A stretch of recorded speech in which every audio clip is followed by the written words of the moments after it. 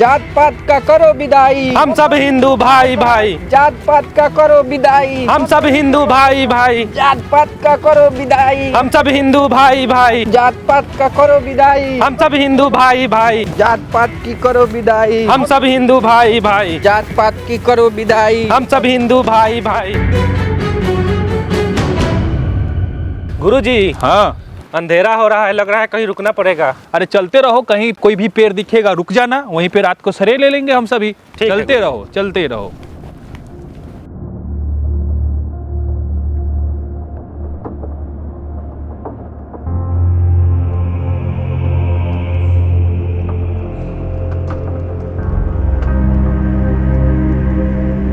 सुधरा, दूर बैठो।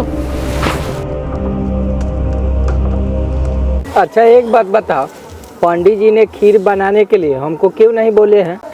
क्योंकि तुम शूद्र हो। शूद्र हो मतलब? अबे घोचू, तुम्हारा काम सिर्फ सेवा करना है। ये सब क्या बोल रहे हो? देखो, वर्ण व्यवस्था के हिसाब से 4 वर्ण है, ब्राह्मण, क्षत्रिय, वैश्य और शूद्र। ब्राह्मण सबसे ऊपर, क्षत्रिय उससे नीचे, इनसे नीचे वैश्य और सबसे नीचे शूद्र। ऐसा क्यों? भारत में संविधान लागू है, संविधान के हिसाब से सब एक समान है। हट, संविधान की ऐसी की तैसी, हम लोग संविधान को नहीं मानते हैं। हम लोग मनोविधान और वर्ण व्यवस्था के हिसाब से चलते हैं। वर्ण व्यवस्था के हिसाब से ब्राह्मण ब्रह्मा के मुख से पैदा लिया है, क्षत्रिय भुजा से पैदा लिया हुआ है, और वैश्य जांग से पैदा लिया हुआ है, और शूद्र पैर से पैदा लिया हुआ है। इसलिए गुरुजी सर्वश्रेष्ठ है।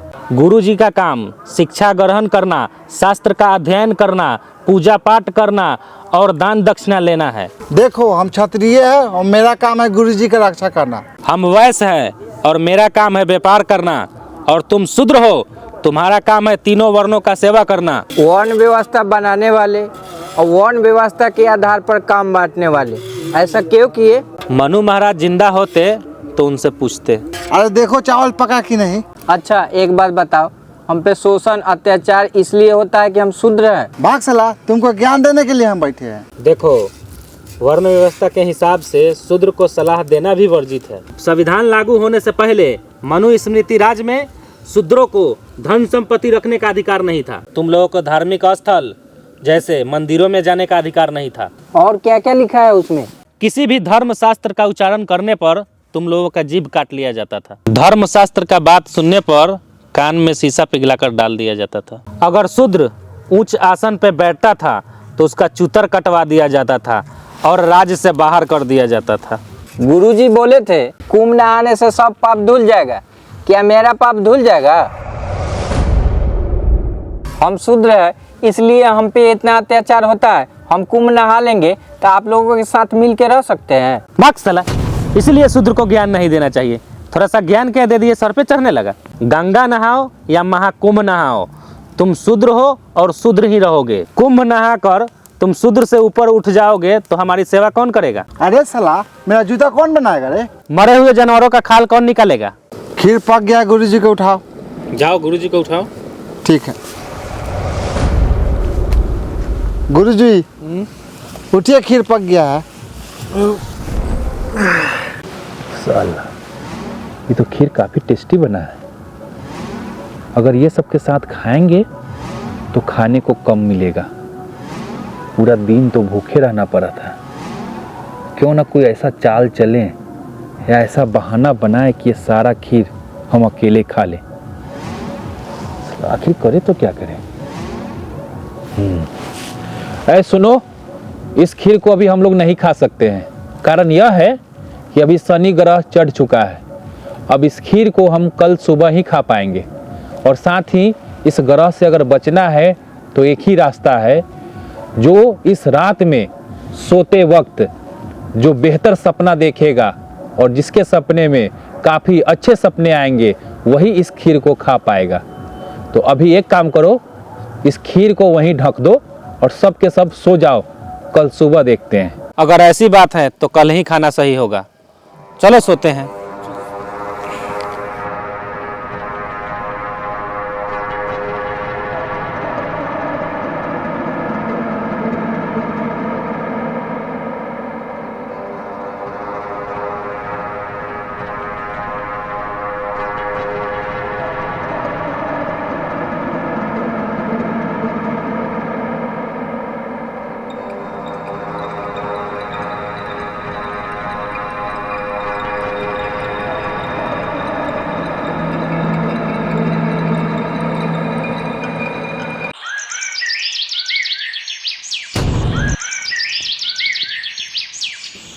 अरे उठो सब, सुबह हो गया, कुंभ के लिए भी जाना है।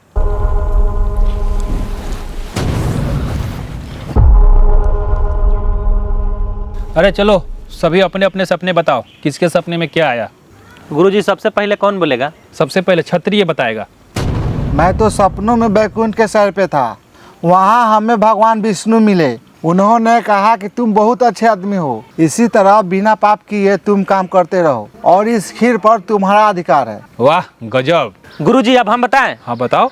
मैं सपने में कैलाश पर्वत पे था, वहाँ हम भगवान शिव के चरणों में थे। भगवान शिव हमें धरती के सबसे अच्छे पुत्र माने हैं। उन्होंने हमें कहा कि खीर पर सिर्फ तुम्हारा अधिकार है। वाह गजब। गुरुजी आप बताइए। हम तो स्वर्ग लोक पे थे, वहाँ तो हमें भगवान राम, ब्रह्मा, विष्णु, महेश और साथ ही 33 कोटि देवी देवताएं मिले। उन्होंने कहा कि इस धरती पे सबसे श्रेष्ठ पुरुष है, और ये भी कहा कि अगले 7 जन्म में हमारा जन्म जो होगा वो श्रेष्ठ पुरुष में होने वाला है, और साथ में ये भी कहा कि इस खीर पर सिर्फ तुम्हारा अधिकार है। धत तेरी के साला, सारा खीर हाथ से निकल गया। अरे ओ शूद्र, तुम्हारे सपने में क्या आया? देवता, मेरे सपने में बाबा साहब आए थे, एक हाथ में संविधान और दूसरे हाथ में डंडा लिए थे, और बोले कब तक तुम सोया रहेगा, तुम्हारा हक अधिकार कोई और खा रहा है, कम से कम खीर तो तुम खा लो। मैंने मना किया, उन्होंने डंडा दिखाकर बोला चुपचाप खीर खा। वे बहुत गुस्से में थे, बोले तुम्हें शिक्षा ग्रहण करने का अधिकार नहीं था, तुम्हें धन अर्जित करने का अधिकार नहीं था, तुम्हें चौकी कुर्सी पर बैठने का अधिकार नहीं था। आरक्षण देकर थोड़ा हालत बेहतर करने की कोशिश क्या की, तुम लोग धर्म आस्था में फंसकर अपनी गाड़ी कमाई को लुटा दिए। उन्होंने बोला अरे मूर्ख, अधिकार नहीं चाहिए, कम से कम खीर तो खा ले। इस डर से रात में मैंने सारा खीर खा लिया।